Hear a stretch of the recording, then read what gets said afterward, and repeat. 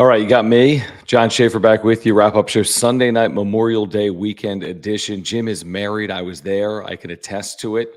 So that was really the highlight of the weekend heading into today after the Padres had lost the first two games to the Yankees, to be honest with you. I think my voice is a little hoarse, maybe because of this wedding, even though I don't recall really screaming or yelling that much. But Jim's married, so you've got me. I want to say Jim will be back probably Tuesday. I'll have another show for you tomorrow night. On Memorial Day for Padres-Yankees Game 1, which is a 3:40 start in San Diego. So I'll have another show for you tonight, or excuse me, tomorrow night. I don't think Jim will be here tomorrow night. He's still enjoying being a newlywed. He's with his lovely bride, Erin. They're still in Oceanside. We can get into the wedding if you want to, but we don't have to. We can talk Padres baseball. Yes, Jim is married remarkably. And the Padres are 1-0 since Jim has been married because, well, actually maybe 1-1 because he got married in the afternoon and then they lost last night. But they do bounce back to get a game here tonight, so we're going to talk about it over the next hour or so. So please, if you make your way in, whether you're here live or on replay, if you wouldn't mind subscribing, we have year-round content for Padres fans, so please subscribe, year-round content for Padres fans. Smash the like button for me. Celebrate Jim's wedding by smashing the like button with me, subscribing. You can follow me on X at John Schaefer, JONSCHAEFFER.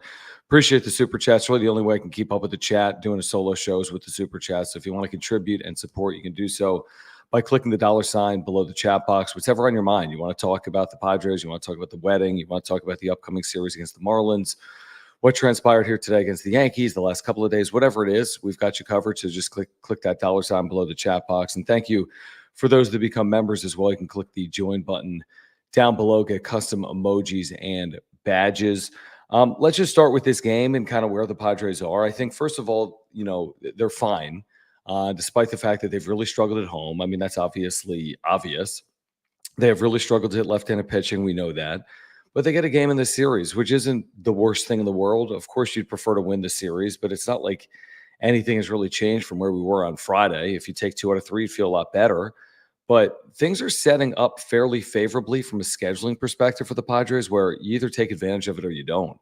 And I think it was Ben Fadden talking Friars that tweeted something out earlier tonight. Maybe their next 17 or 19 games, and they've got like 5 series against teams below 500. Then they have the Royals on the road who are over 500. But they've got 4 or 5 series that they hopefully can take advantage of. I know that's a conversation we've had a lot about, obviously, in recent years, including here in 2024. Can they take advantage of quote-unquote bad teams? We'll see. I mean, beginning tomorrow night with the Marlins, and there's a ton to get into with the Marlins because Miami is going to throw 3 left-handed starters at the Padres, and San Diego has absolutely struggled to hit left-handed starting pitching. But at 28-28, I think tied for the last wild card right now in the National League, and there's 4 or 5 teams within a game or two of the Padres, and it's way too early to get concerned with that, I'd say. I mean, you're 56 games in. You've got over 100 games to play, so it's more about trends for me, and some of the trends are encouraging and others are discouraging. I mean, the way they've played at home is – it's been very concerning, to put it mildly, and they do get the home day game win here today. They've been really good during day games. They've been awful. I mean, truly pathetic at night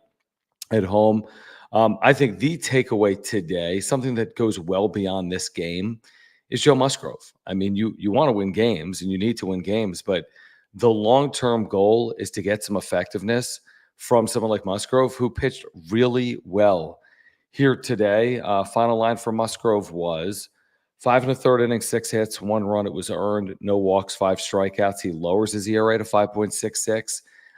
He worked out of, I don't know about if he worked out of jams, but there were some base runners. I mean, there's traffic throughout the course of the game, had a pickoff, had a caught stealing, had Aaron Judge hit a ball off the base of the wall and left. Only run he allowed was on the double from Soto, where I don't know if Tatis took the perfect route on that ball or not. I mean, Tatis is a brilliant outfielder.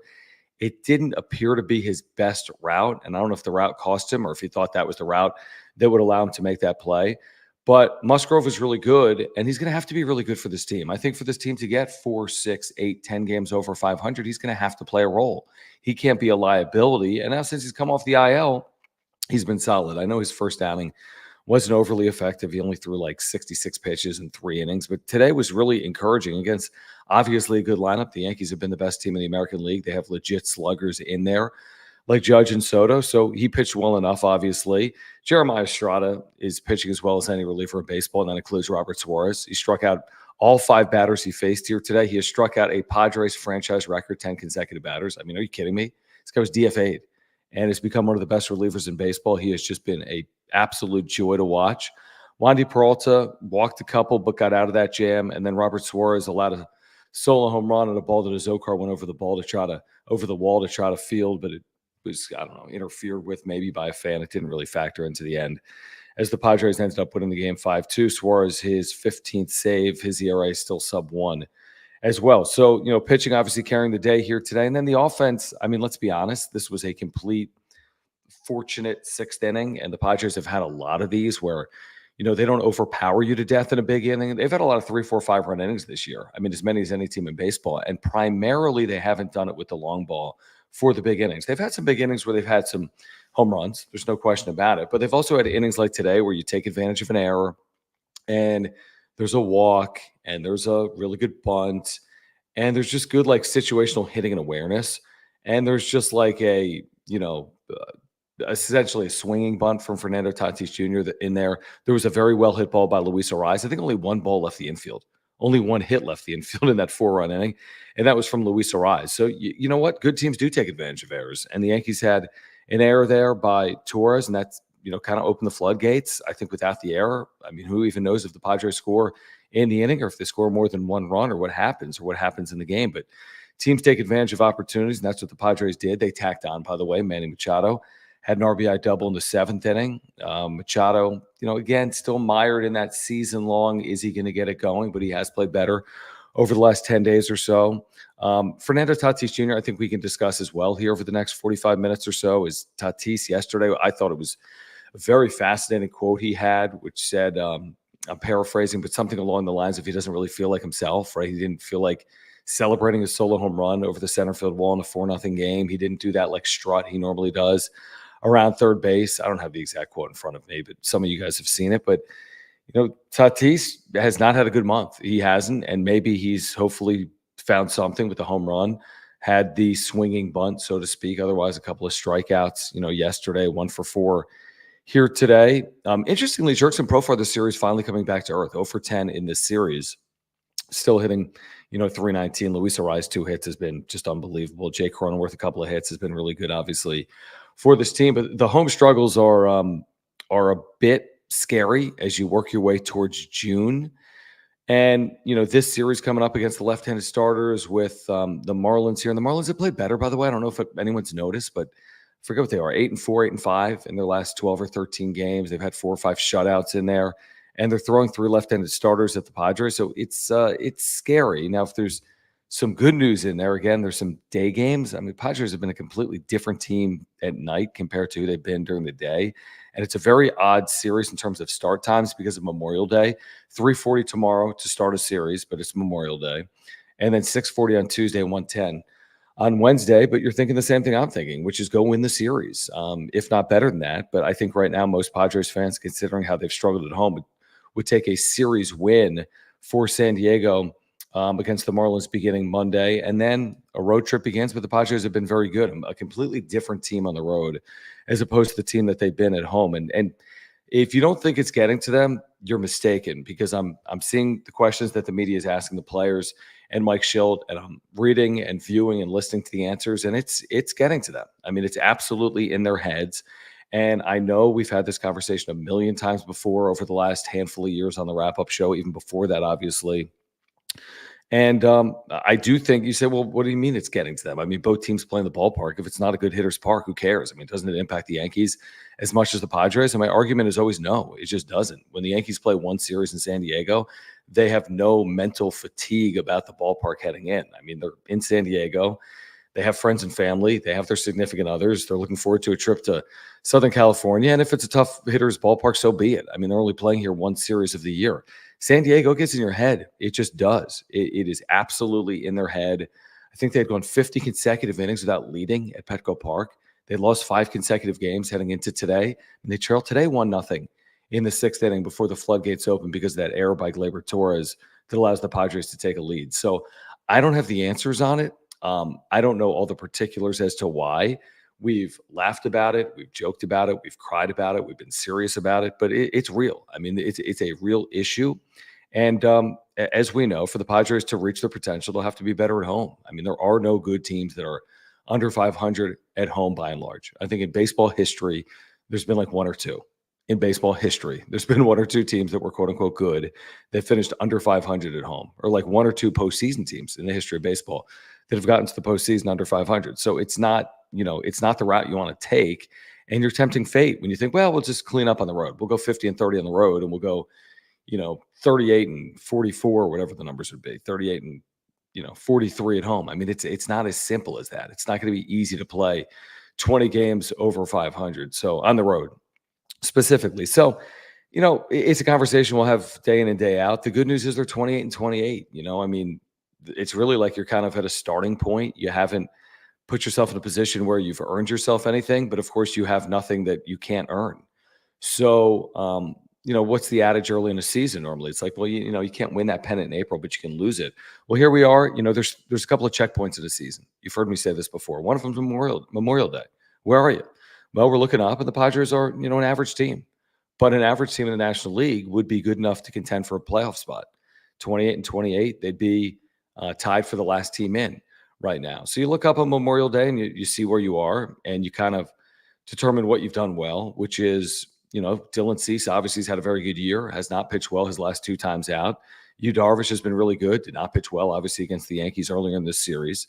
Your bullpen is really turning it on, especially your eighth and ninth inning guys with Estrada and Suarez. Your offense is tough to figure, but has had a propensity for big innings and overcoming some deficits. Even today, a one-run deficit, I get it, not big, but a year ago, you think about deficits overcome sixth inning or later, and there were not a million of them. So, I don't have a perfect feel for the team. I do think they're built to deal with adversity better than 2023. I think the roster in general is, I think it's positioned to win more than lose. I really do believe that. I think AJ Preller, with the additions of, obviously the big ticket additions of Cease and Arise, everyone knows helps your team in the long term. I think even the smaller additions, Peralta and Solano, will have value for this team as well. And then we'll see what they do, over the course of the next 2 months in terms of getting towards that trade deadline. It'll be here before we know it. I mean, we'll get into June and we'll be talking about it. And then that's all we'll talk about really in July. Will they add? What do they need to add? What do they have available to them in the system that they could give up? And how will that bolster them potentially for a stretch run? The interesting thing here, not to go sell false hope, because that's not what I do. That's not what Jim does either, if you've been watching the wrap-up show. But the interesting thing is, you kind of look up at the grand scheme of where the Padres are right now. And, they're kind of right in the thick of things, even in the division. I mean, everyone's really in the thick of things in the division, other than the Colorado Rockies. You've got some teams that have played decent baseball right now. The Giants have. The Diamondbacks have been okay, if not trending upwards here over the last 2 weeks. The Padres, I think you could argue, have trended upwards since their 5-game losing streak. They've probably played 3 games or so over 500 since their 5-game losing streak. So over the last 20 games, they've been better. They haven't been perfect. And then you look at the Dodgers, who got swept in Cincinnati. What? The Cincinnati team we just saw 3 days ago that looked horrific. I mean, like as bad as any team in baseball. Dodgers have lost 5 straight. So even though the Padres haven't played perfect baseball, 5.5 games separate the Padres from the Dodgers right now. Same thing with the Giants.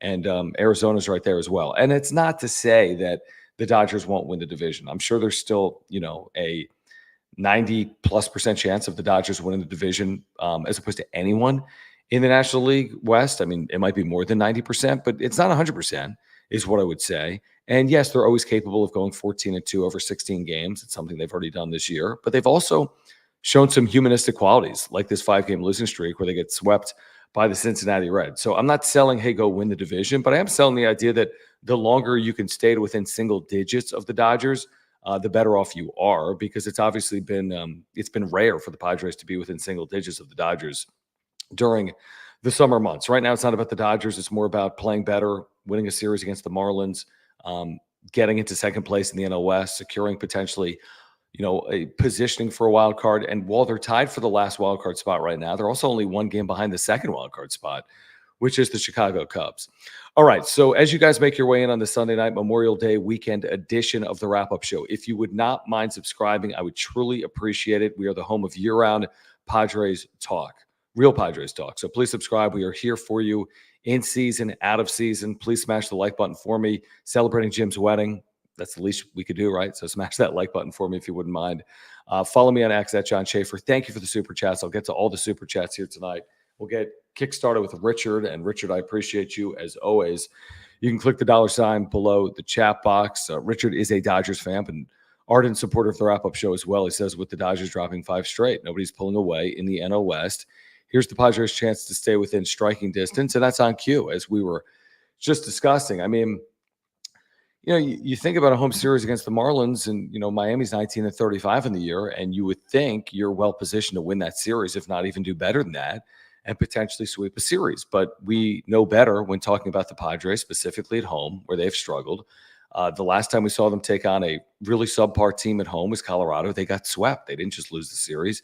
They got swept. And then the bugaboo has been left-handed pitching. I have no idea why.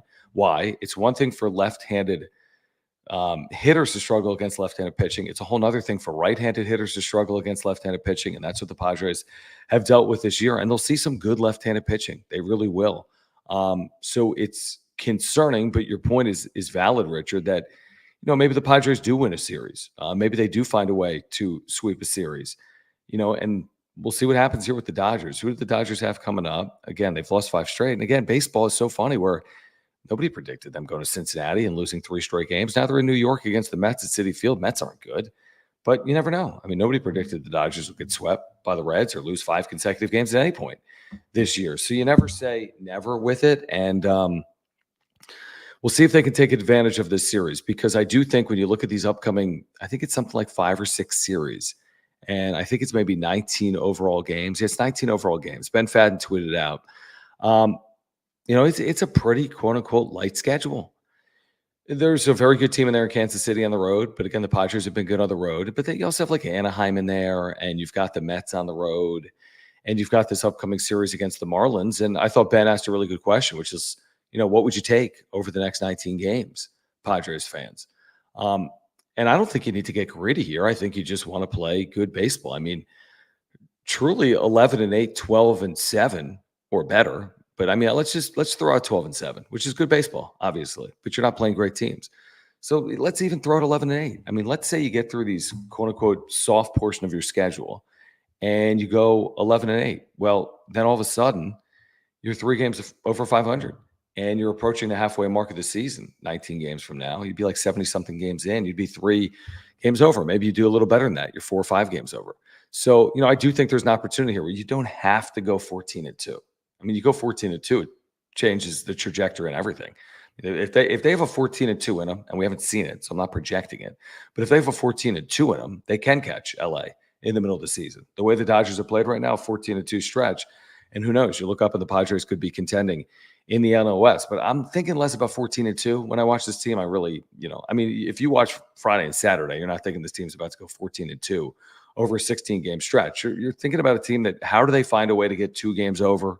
How do they find a way to get 4 games over, right? That's what you're thinking about right now if you're a Padres fan. And sometimes it can look, really hard. I mean, specifically on offense, where they didn't score on Friday night. And then, they had a run that was essentially inconsequential, the solo home run just over the center field wall from Fernando Tatis Jr. And then they need errors in that 6th inning to take a lead here today. So, I mean, the offense, has had moments and has shined at times and has had some big innings. And I think probably has been better than last year's offense, but it's also at times been really quiet, specifically at home. So I appreciate you, Richard. Thank you for the super chat. I'll get to all the super chats. I appreciate you guys. If you're here, please click that $ below the chat box. I do want to tell you about our title sponsor here on the Wrap-Up Show, because we can't do this without the support of our partners, including our title sponsor since day one, which is 3 years now on YouTube, 5 years overall. We're celebrating our 5-year anniversary of the Wrap-Up Show this season. And if you have any insurance needs, please get in contact with our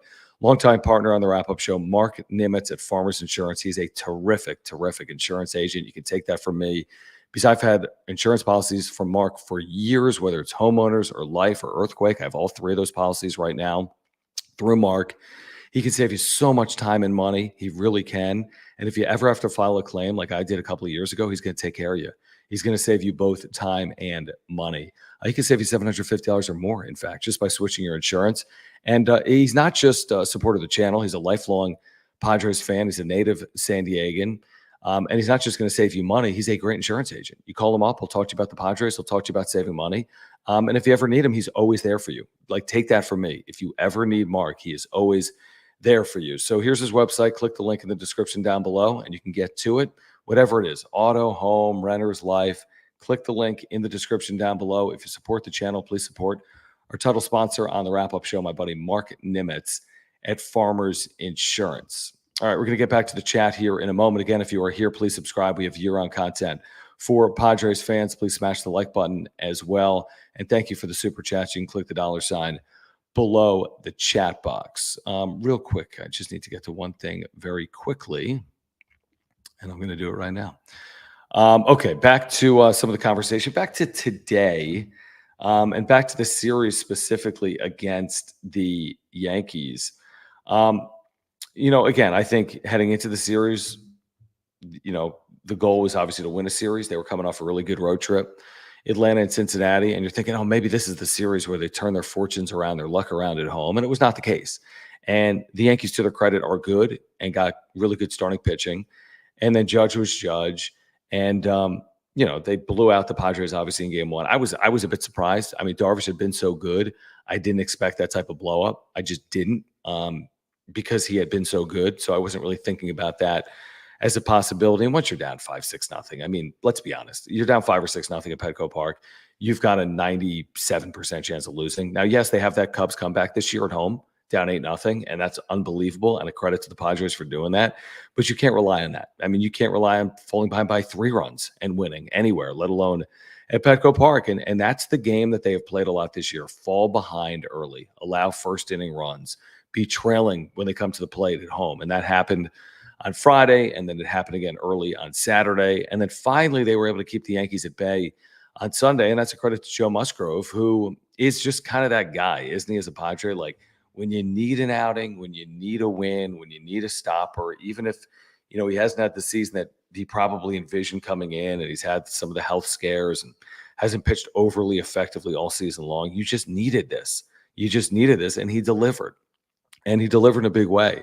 And it wasn't with, his best stuff or with 10 strikeouts, right, or overpowering necessarily, but he pitched and he worked out of spots. And he, again, I think worked effectively through some of the traffic, and had a pickoff, which was critical, had a caught stealing, which was important. And even the 6th inning, I didn't think he pitched poorly there in that 6th inning. I thought the ball Soto hit. I thought off the bat was going to be caught by Tatis, but I think he'll take 5 1/3 innings, 1 run against the New York Yankees. And then thankfully, the Padres had an inning where I would argue they got lucky because they took advantage of an error and only 1 hit left the infield. It was that Luis Ariz single up the middle. And then the bullpen has been great. Like, you're not really fearing how are you going to get to Robert Suarez right now, like you did probably a month ago, because you have Jeremiah Estrada. And not only do you have an 8th inning guy in Estrada, they didn't use Estrada today in the 8th inning. They used him earlier. And not only do you have a guy he's not a 1-inning flamethrower. He's pitching 1 1/3 innings. He's pitching 1 2/3 innings. I think recently he went 2 innings a couple of days ago, maybe during that road trip. I think in Cincinnati, he might have had a 2-inning outing, or in Atlanta. So, I mean, this guy has been unbelievable, as good as any reliever in baseball, one of the best pickups in baseball. To think that he was DFA'd is unbelievable. And to think that the Padres are going to have him for the remainder, of the season and beyond, hopefully, is really encouraging. And I think gives you a lot more of a chance to win with Jeremiah Estrada back there than what they were trying to do the first month of the season. With all due respect to Wandy Peralta and Aniel De Los Santos, Jeremiah Estrada is pitching like one of the best relievers in baseball right now. And they've even trusted him with a save spot or 2 over the last 10 or so days. So they've got flexibility. If Suarez is down one night because he's had 2 or 3 consecutive saves, or had to go an inning and a third like he did today, and Estrada was down one day, well, then you can turn to Estrada potentially for a 9th inning. So that's really, really encouraging is what I would say. In terms of some of the things that, you're still left kind of scratching your head, let me find this quote that was from Tatis yesterday. This is from AJ Cassavell. I saw it this morning. It's been a grind for Fernando Tatis Jr. recently. Consider his latest home run trot. Why'd he skip that signature stutter step around third base? And this is a direct quote from Fernando Tatis Jr. I'm not swaggy right now. I need to play better. So that was Tatis heading into today off a home run in a loss. Now, today he didn't really do anything to enhance his cause. I mean, he had a swinging bunt as part of that 4-run inning, which you'll take. I mean, you'll absolutely take it. and a lot better than a swing and a miss. And he's had way too many strikeouts here in 2024, but they just need to get him going. I mean, he's got to be right. You can just feel it with Tatis that something's off, and I don't know what it is. I don't know if he knows what it is, truthfully, but you can just feel that something is off right now with Fernando Tatis Jr. And when he's down, he gets down, right? And he doesn't play with that same like energy and persona. And they need to find the player that they had in 2021 is what they need to do. And I'm not saying just sheer statistically speaking. They need to find like that player, the guy that has swagger, the guy that has that, I don't know, just ability to lift his team, ability to go first and third on a hard hit single or steal a base or two in an inning or attempt to even steal home at some point or shoot, tag up from second, and try to score, which he's done previously in his career. Tag up from second on a ball like hit just outside the infield and try to race over to third. Like he's got to do more of what we were all enamored with when he came up in 2019 and what we saw during portions of 2020 and 2021. And for whatever reason, he's not that player. He's just not that player. Now, he's a damn good outfielder, as good as there is maybe in baseball. He is a very capable power hitter. He's hit 9 home runs. It's not like he's hit no home runs. I mean, in a third of a season, he's just a tick under trending for 30 home runs, which is not nothing. So we need to see that pace pick up a little bit. Like he's got to hit 30 plus home runs this year. We've seen him hit over 40 before. He's got to be able to be a threat on the bases. He's got to just be the player that he's been previously. I think we've seen more here recently from Manny Machado, and now we need to see more from Fernando Tatis Jr. So hopefully we do in the days and weeks ahead, beginning really with this Marlins series coming up. And again, he has absolutely been a disaster against left-handed pitching. Came into the season career hitting over 300 against left-handed pitching. I don't know who he's hitting right now. Someone could put it in the chat, but he's not hitting better than 180. I know that. I think he's well below 180 against left-handed pitching. So opportunities, but also challenges for Tatis coming up against the Marlins this week at Petco. JD Gacho, appreciate the very generous Superman. Thank you so much. I saw this earlier today. Point Loma Nazarene advancing to the Division II College World Series. They came back to win Game 2 in 13 innings after trailing in the ninth by 2 runs. That's incredible. Won Game 3, 7-1 over Cal State Monterey Bay. Sea Lions are the number 4 overall seed in Cary, North Carolina. Very cool double elimination tournament. They will get underway on Saturday, playing for a Division II national championship. I think they've played in a Division II national championship game before, potentially in Cary, but they've got a very good baseball program, obviously, right now. Point Loma Nazarene to the Division II College World Series. I saw the Mountain West baseball tournament was played this week at Tony Gwynn Stadium on the campus of San Diego State. Fresno State won that event earlier today and is going to the NCAA tournament. But best of luck to Point Loma Nazarene. Obviously, an amazing accomplishment to get to the Division II College World Series. So thank you so much, JD Gaucho. Okay, well, we have a moment here, guys. I want to tell you about one of our brand new partners here on the Wrap-Up Show, our friends at finle. This is a really, really cool company. It just is. I mean, San Diego based, all right, San Diego through and through, a San Diego startup. Their offices, in fact, look in to Petco Park. And here's the thing with finle, real quick, because I'm trying to do two things at once. Here's the thing with finle. They've got their first athlete. First of all, let me explain it to you. All right. The quickest way to explain it is finle allows fans to acquire a stake in the potential success of real athletes. All right. Like the future earnings of real athletes. So that alone is pretty incredible. Fernando Tatis Jr., we've been talking about him, right? He did a deal with a company like finle called Big League Advance. He gave up 10% of future earnings for guaranteed revenue and money while he was in the minor leagues. I'm not saying the first athlete that they have is Fernando Tatis Jr. His name is Shedry Vargas. He's one of the top prospects. He's 19 years of age. He's in the Texas Rangers organization. But just imagine the idea of you as an individual being able to invest in Fernando Tatis Jr. and then have that pay dividends for years and years and years to come into the future. I mean, that's an incredible investment, right? So with finle's first athlete, you can support a rising prospect and get paid a piece of his future major league earnings. He was the top prospect in the Arizona Complex League. He's one of the top 10 or 11 prospects right now in the Rangers organization. He signed for just a few $1,000s, and the capital they're raising is going to allow him to play baseball and focus on baseball year-round. So really cool company. Mark Grant is one of their advisors. Local San Diegans, San Diego startup, huge Padres fans. And if you go to their website right now, which you can see on screen, and I'll scroll down, you can see how by investing as little as $96 can pay potential dividends depending on what happens with Vargas in his big league career. But you can make anything from a few $100s to a few $1,000s if, of course, he makes the major leagues. And that's with a $96 investment. The more you invest, of course, the more dividends and the more potential investment return as well. So if you're looking for more information, it's a really cool company. Check them out by clicking that link in the description down below. And Finley, thank you for your support of the Wrap-Up Show.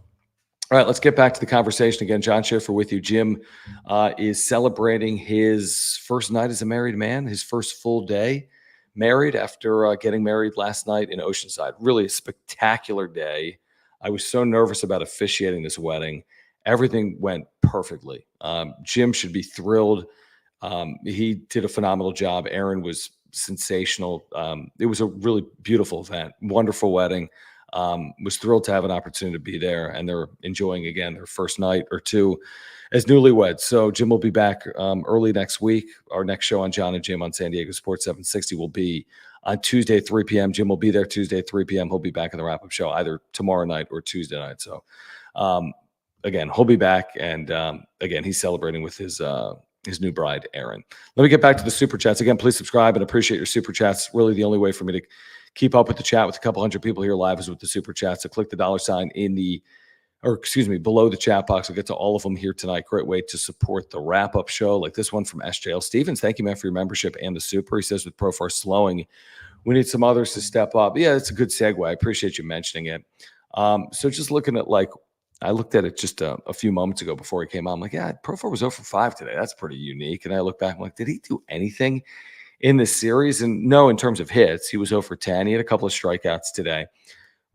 How many times have you heard me say, and Profar has been terrific and hopefully will continue to be a really big piece of the team, but you can't count on him to do what he's done from here on out. You can count on him to be a very productive player in the middle of your lineup, but you can't ask him to be a 900-plus OPS player all year hitting 335.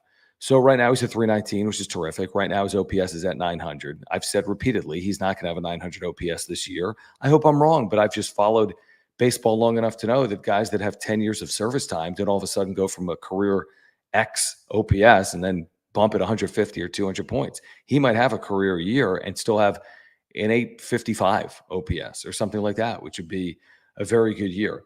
So what you do have is this: Profar, who's cooled off, which is inevitable. All players will go through it, peaks and valleys. So he's had one slow series. So be it. Hopefully he picks it up against the Marlins. But what you do have is the guaranteed success of Luis Ariz, who's just always on base.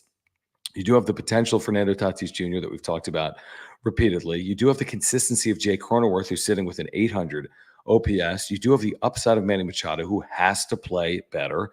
653 OPS. We're waiting for that week where he hits 4 home runs. Like, are we asking for too much for Manny Machado to hit 4 home runs in 1 week, or have 7 extra base hits in 1 week, 3 homers, 4 doubles in 1 week, and have, 5 multi-hit games in a 6-game stretch? Like, he's that player, right? I mean, that's who they signed him to be. He's got to have one of those tears where he can lift that OPS from 650 to 725, hopefully in like a 7 or 10-day period. And then you've got guys, we've talked a lot about this. Jackson Merrill today had an RBI, which was terrific. He's got 679 OPS. That's who he's going to be. He's going to hit for average, but you're not going to be counting on Jackson Merrill to slug or drive in runs. But he's going to hit for average, and he has. He's hitting 276 this year, which is really encouraging. Hassan Kim, a couple of hits today, still, sitting 216 on the year. His OPS is still under 700. So I think the upside is probably Kim, Tatis, Machado. I think you kind of try to hold on with like a Profar. Who knows about Solano and Peralta? I think they're helpful pieces. I really do. Again, I don't think they're carrying you, obviously, over the course of the season. You've got a catcher that can hit in Luis Campusano, who's done a decent job, I would say, at the plate this year. So, again, it's an offense that at times can, move the line, so to speak, or keep the line moving, and can score 3-4 runs in an inning with really good batting average on balls in play, drawing walks, not striking out a ton, aggressiveness on the bases, going first to third, stealing bases. Like that, like when they get 2 on, they're definitely capable of scoring, 3 runs in an inning without the home run. But there's other times where the offense looks very pedestrian and quiet, and that's specifically a problem, obviously, at home. So again, how does it compare to last year's offense? I think the offense has been better this year from the Padres. Do I think the team is necessarily better, or the lineup itself is necessarily better? I don't know. Maybe. I mean, Luis Ariz helps. The way Jerks and Profar is playing right now helps. I'm going to look at team OPS because I just always find that interesting. I think it's a decent indicator. So the Yankees lead baseball right now in team OPS, right? 773. I mean, the Padres are still 10th, 711. You know, I mean, it's good enough. I think you got a top half OPS. You got to rely on your pitching. Like, we're talking a lot about offense right now and hitting, but the Padres, truth be told, to get to the postseason, are probably going to be relying on guys like Cease, Musgrove, Darvish, King. Like, that's probably their more realistic path to the postseason, relying on those four, as opposed to relying on Manny Machado hitting 36 home runs, or Fernando Tatis Jr. hitting 37 home runs, or Jerks and Profar having a 925 OPS. Like, again, you fall behind 4-0 in games, you're not going to win a lot. You get good pitching, and then you piecemeal together your offense and have some timely hitting and put together a big inning or two every day or two, and all of a sudden you look up and you're well over 500 potentially. So that's the hope. But yeah, I mean, the point, SGL Stevens, is a valid one. Like, guys have to step up. And this Marlins series is probably a classic example of that, because, again, you're going to look at it on paper and say, wow, Marlins at home, 19-35. They traded away Luis Ariz. They were already one of the worst teams in baseball. What did they start this year? Like 0-10, or, I mean, they were awful. But if you think about it, because they did start 0-10, and now you look up and they're 19-35, they've actually been like a 500 team for the last month. And they've been better than that over the last 2 weeks, where they're either 8-4 or 8-5 in the last 2 weeks. And their pitching has really carried them. And they've had some excellent pitching, actually, in the last couple of weeks. I don't know what they do today. Because I think coming into today, they were 8-4 in their last 12. They won in Arizona 3-1. So their pitching has really been good. Ryan Weathers getting the win today. He's got a 3.16 ERA. Surprise, shocking that with the new organization, eventually he would figure it out. That was somewhat inevitable. But their pitching is leading them to at least playing better baseball. Again, are they some great team that's going to make the postseason, or even threaten for a postseason spot? No, they're not. They're 16 games under 500. They're not getting back to 500 this year. They'll be nowhere near it at any point this year. I think if they get to within, 8 games of 500 this year, that'd be pretty impressive by Skip Schumacher, who's managing that team, and for the team in general. But they're 19-35. So, the odds of them pulling to within anywhere near 500 or contending for a playoff spot is really low. But again, over the course of a season, even really bad teams will have good stretches. We've seen that, and they are playing they're playing a good stretch of baseball right now. And the adage, it's not who you play, it's when you play them. And the Padres are playing a team that isn't good, but playing better. So I don't know if it could be a bad time. Remember the Rockies. I mean, I hate to bring it up, but Rockies came in here having swept a 3-game series against the Texas Rangers. I think that was their first 4-game winning streak of the year. And then they won 3 games here, and they all of a sudden had a 7-game winning streak. And they didn't play perfect baseball here. I thought they really handed the Padres potentially an opportunity to win a game or two, but the Padres didn't capitalize on it. So, as much as the Yankees series was a measuring stick, it's almost like the Marlins series is more of a measuring stick. Why? What did you learn from the Rockies series? Can you beat bad teams? They've been actually pretty decent against good teams. I know they went 1-2 this weekend against the Yankees, but they've been fine against good teams. Like, they've played up to good teams, and they've played down to bad teams. Unfortunately, there's more bad teams in baseball than good. I say unfortunately because the way the Padres have played this year. So I think they have a lot to potentially prove to us with how they play over the next 3 days. And they're going to be playing in front of massive crowds again, because that's just what happens at Petco Park, which is incredible. Padres fans have been unbelievable. Largest 3-game attendance in the history of the ballpark this weekend against the New York Yankees. I know there were a ton of Yankees fans. I'm watching, I'm listening, I'm hearing. So be it. But even if the Yankees weren't here, if this weekend would have been against the Marlins, the crowds would have been massive, because Padres fans are head over heels for the team and support it. And that's a great thing. And that allows the Padres to spend and have additional resources. And, I think that's a great thing. And I'm assuming Memorial Day is 40,000, and I'm guessing Tuesday is 40,000. And I don't know about Wednesday day game in May, but it'll be 33,000 plus, So that's what I want to see the Padres play well against the Marlins. Like, I'm learning more how they play against the Marlins than I just learned about how they played against the Yankees. And I honestly feel that way. That's where I'm learning. So if they lose this series against the Marlins, it's extremely discouraging. I don't come away from this Yankees series saying it's extremely discouraging just because they lost the series to the Yankees. There's some things in there that were discouraging, like inability to score. But I'd be way more concerned losing a series to the Marlins than I am losing a 3-game series to the Yankees. And in fact, it's not even comparable to me. I'd also be very optimistic if they win a series against the Marlins and people say, oh my gosh, well, they're 19-35. They should have won a series against the Marlins. It's not as simple as that, especially with their issues with the left-handed pitching, which is becoming a massive storyline. Such a storyline that if they do lose this series to the Marlins, again, that's another one of your takeaways that 60 plus games into the year, there is there's a kryptonite, and that is they can't hit lefties. And that's basically the case. And I've had a game or two, they hit Max Fried, and that was really encouraging. And then they took a step back a couple of games on the road trip as well against left-handed pitchers. Then I think they faced a lefty Friday, right?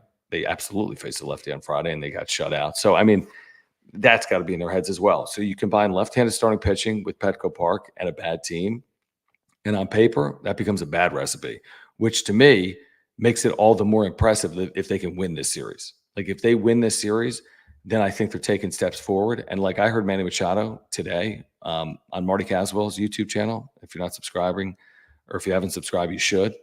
I think it's Marty Time TV. And he said like they haven't scratched the surface of their best baseball. He said like there's a lot of room for growth with this team. Like they're just at a point where they're kind of seeing their capabilities, which by the way makes sense. I mean, you just acquired Luis Ariz less than 2 months into a season. You've had some injuries with Darvish and Musgrove. You've had acquisitions. You've had guys emerge like Jeremiah Estrada.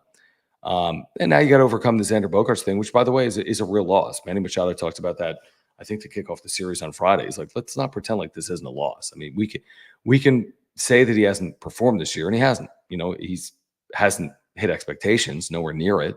But you're losing a regular. You're losing a leader on a team. You're losing a two-time world champion. So, like, you've got to overcome that.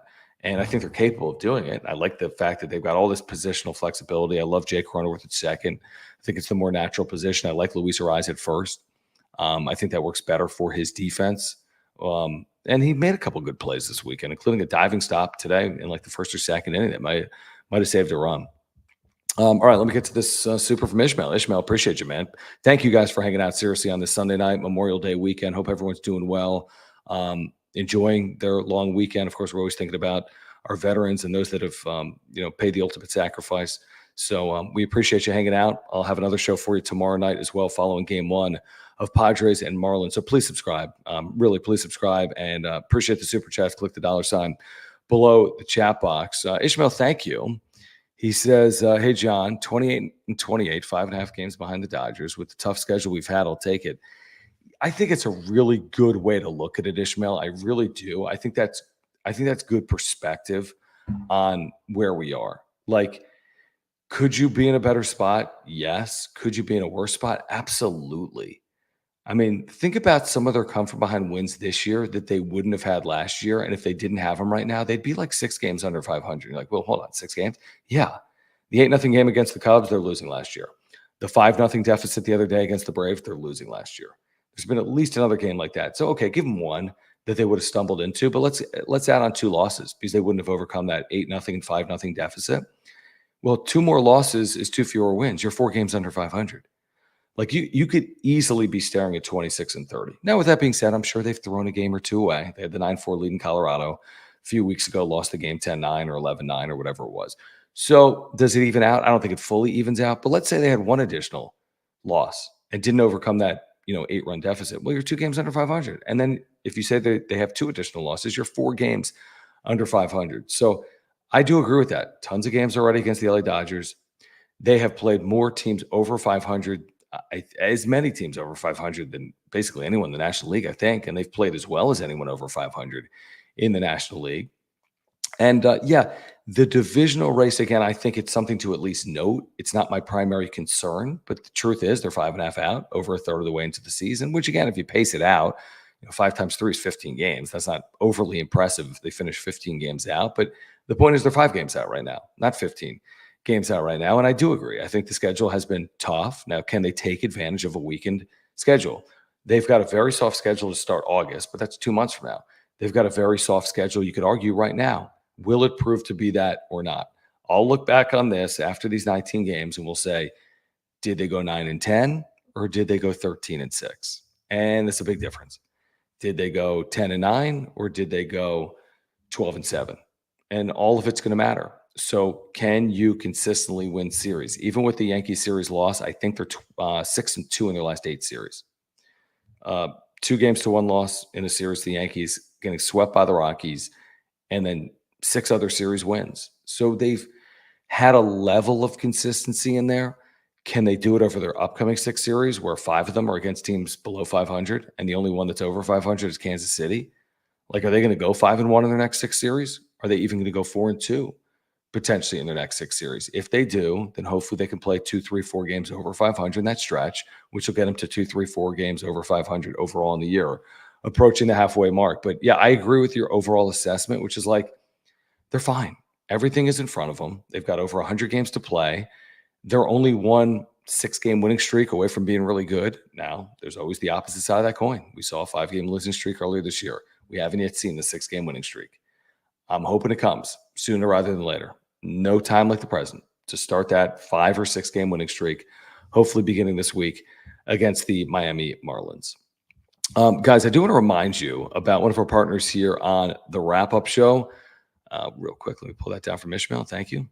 One of our partners here on the Wrap-Up Show is Underdog Fantasy. This is a great opportunity for our viewers. The best and easiest place to play fantasy sports is Underdog Fantasy. If you click the link in the description down below and you use promo code PODSWRAP, it's on the screen, PADSWRAP, you're going to get a $250 deposit match, up to $250 deposit match, and a free special pick. So you heard me right, 50% deposit match up to $250 bonus dollars, plus a free special pick, all by using promo code PODSWRAP. Best and easiest place to play fantasy sports. We're playing Padres pick'ems each and every day. I've been winning and telling you about it right here on the Wrap-Up Show. Jim's had a couple of $400 or $500 wins. Some of our viewers have had some huge wins because they've been telling us about them. So again, take advantage of this special offer going on right now. 50% deposit match. You could deposit as little as $10 and get the deposit match. You'll get the free special pick. If you want to deposit more, you can get up to $250 in bonus cash plus the free special pick. Use promo code PODSWRAP, PADSWRAP. You can click that link in the description down below or scan the QR code that's on the screen right now to my, what side is that? To my whatever side. You see it, like over there. Scan that QR code. You can get the 50% deposit match. Use promo code PODSWRAP, PADSWRAP. Play along beginning tomorrow. Padres, Marlins. You can play Padres pick'ems. You can play across all sports, NBA playoffs. Obviously, the NFL will be back, NHL playoffs. I mean, whatever you want. I mean, they truly have something for everyone. If you're a sports fan, you'll love it. Scan that QR code or click the link in the description down below. What else, guys, have we missed on here tonight? Is there something that I have not touched on that you'd like me to touch on related to the last 3 days or what's to come here for the Padres? I feel like there's a lot. To be honest, I haven't been consuming the way I normally do because of Jim's wedding. He had a rehearsal dinner on Friday night, which is really cool in Oceanside that my wife and I attended. Then, of course, the wedding, which was basically an all-day event yesterday since I officiated. And then I was able to watch the entire game here today. And I watched condensed games. I watched the games back. MLB has the condensed games. You can watch like 9-minute recaps. It doesn't have every single moment, but it has a lot of moments when you're watching it back over 9 or 10 minutes. So, normally the way I consume it is I watch it.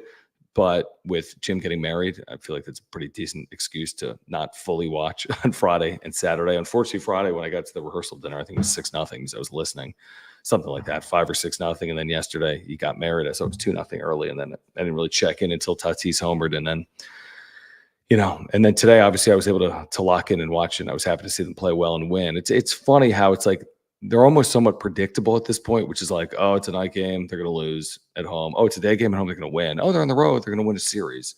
Like it's like they're not bucking any trends. They're winning day games at home. They're losing night games at home, and they're winning consistently on the road. Like they're not bucking trends. So can they buck a trend? I don't even know if I want them to buck a trend against the Marlins. If they're winning day games, they have two day games against the Marlins. So go win those 2 games. I'm fine with that. I'm content. They don't have to sweep the series. I'm not asking them to sweep any series, to be honest with you. At some point, they'll stumble into it. It'll just happen, but you don't have to think about it going in. You just have to think about winning the series.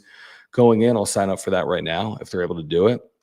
And then, you hope you piecemeal one series win into another series win, and they'll have chances to win series against teams like Anaheim, the Mets, again, the Marlins, hopefully.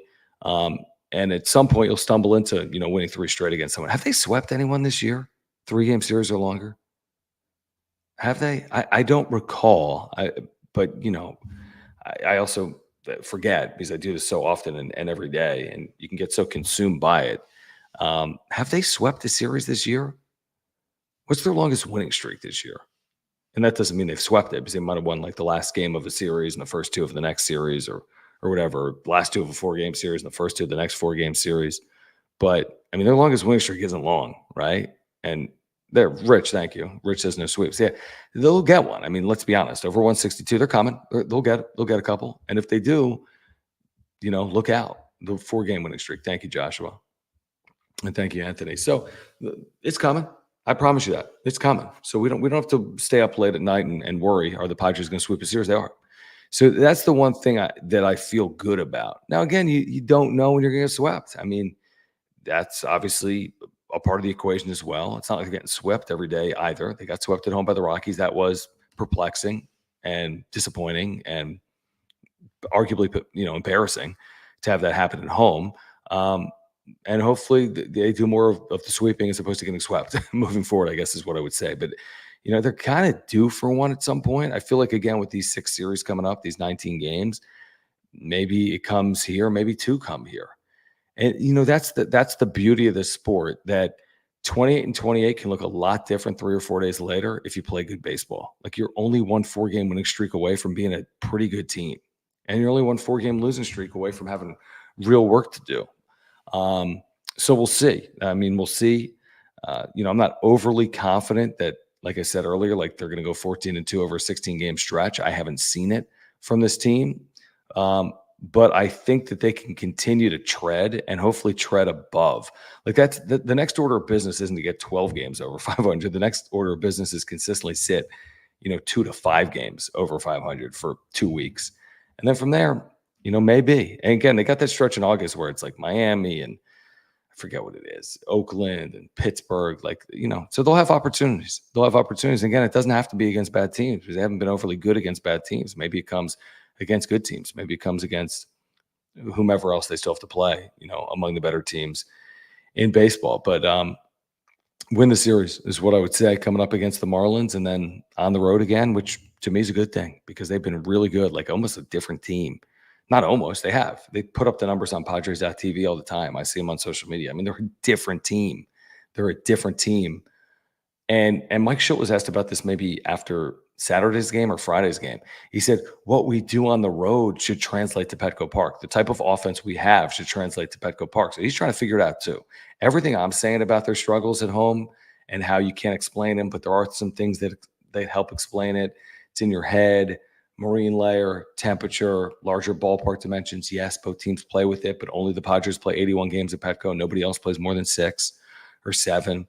Like, they're trying to figure out the same things that we all are trying to figure out, okay, about their struggles at Petco Park. It'd be one thing if you're losing every single game 10-9, but there's nights where they don't do anything. And we've seen that year in and year out at Petco Park, where there's 40,000 people there and it's the 8th inning and they have 2 hits and they're down 4-0. So, again, we're not going to solve the issue here tonight. We're not going to figure out why they struggle at home, but they struggle at home. And they have to be better than 500 at home to make the postseason this year, would be my guess. It's going to be hard to get there playing under 500 baseball at home. Not impossible, because they've been very good on the road. But is it unlikely? Yeah. I mean, come on. You don't want to be under 500 at home playing in front of some of the largest crowds in baseball. It just doesn't make any sense. Playing in front of 40,000 people with this much support doesn't make sense. They should play better, and they're capable of doing it, and there's still time to do it. And again, you sweep someone at home, and all of a sudden they're within a couple of games of 500. But no time like the present. No time like the present to win a series at home, and hopefully that starts beginning on Monday. Guys, do want to remind you about one of our partners here in the Wrap-Up Show, our friends at Aura. If you're looking to get healthier, this is the place to do it. They have all plant-based nutritional products. Every single one of them is plant-based, whether it's the probiotic, which I absolutely love. I've been taking it for over 2 years every single day. It's amazing for digestion. If you have any digestion issues, Start your day with a probiotic from Aura. They also have pre-workout supplements and omega-3 oils. If you're taking a fish oil, you get the same health benefits with their plant-based omega-3 oil. They have sleep pills, which I take all the time. They have immunity pills as well for your overall health. And they have much, much more. They've got a free shipping offer going on right now. You can click the link in the description down below or go to ora.organic. Again, click the link in the description down below or go to ora.organic. Yeah, we could touch on Acuna, and we will in a moment. I do think it's a shame. And I do want to get to the super chat from JD Gacho again. Thank you, JD. Appreciate you, my friend. He says, overtime topic number 2. Birmingham Southern, I saw this, is in the Division III College World Series. Panthers play the same day. Their school officially closes. Literally the last chance of the title. Yeah, the school is closing, and this team has like improbably made the Division III World Series, where they had some kind of furious comeback at some point over the weekend as well to get there. That's an amazing, amazing story. And I know they have at least, I think their ace is like the son of a major leaguer, and I forget who it is. But it's an amazing story. A university or a school shutting down and their athletic team continuing on, even though the university truly has closed its doors and they have a chance to win a national championship for a university that doesn't exist. Pretty cool. Pretty cool. Good time of year if you're into Major League Baseball or college baseball. So thank you, JD Gaucho.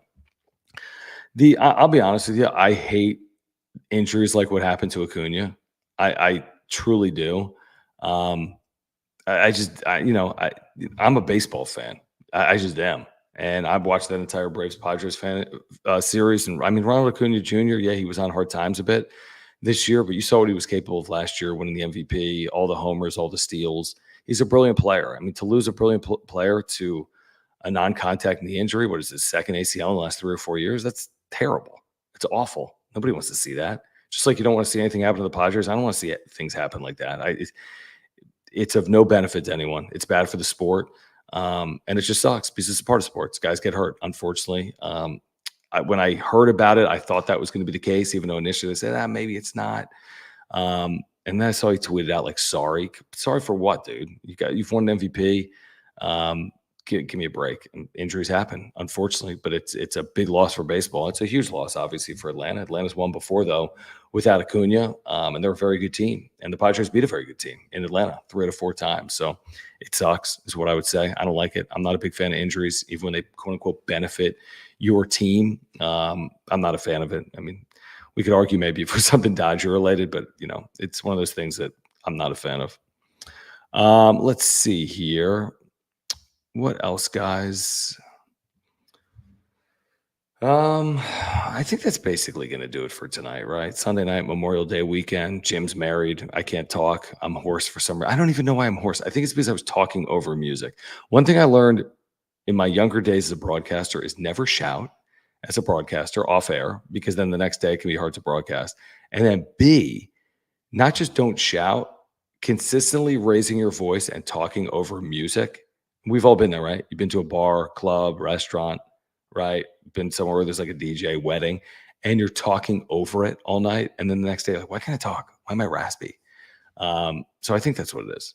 I think, but I'm not 100% sure. I couldn't really figure it out, but it was happening last night. And apparently it's still happening right now here today. So hopefully I'll have it back tomorrow. No show tomorrow. No John and Jim, but I will have a wrap-up show for you tomorrow night.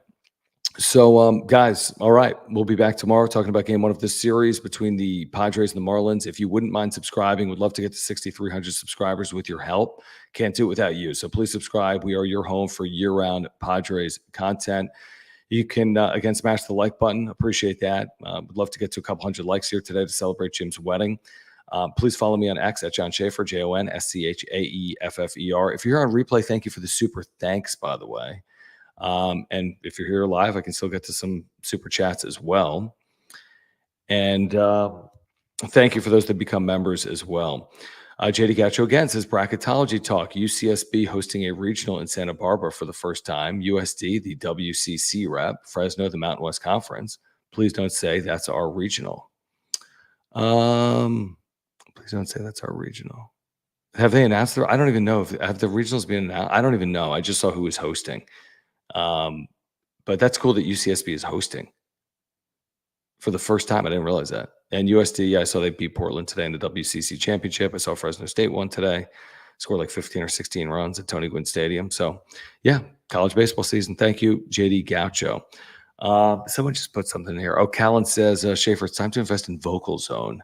I use it all the time. What is it? Vocal Zone. I'm Googling it as you say it. Vocal Zone. For voice care and throat relief, vocal tips and exercise. Vegan throat care range. Ah, this is very interesting. Is this tea? Okay, I'm down. I'm a chamomile tea guy. And yeah, okay. I like this. I'll check it out, Callan. I appreciate you, man. That's a nice tip. I'm definitely going to check it out. It's a very nice tip. All right, guys. Appreciate you. Support our partners, Mark Nimitz at Farmers Insurance, Aura, Finle, Underdog Fantasy. Use promo code PODSWRAP. Get that free special pick plus a 50% deposit match. Use promo code PODSWRAP, PADSWRAP. Padres win over the Yankees to salvage game 3 of the series.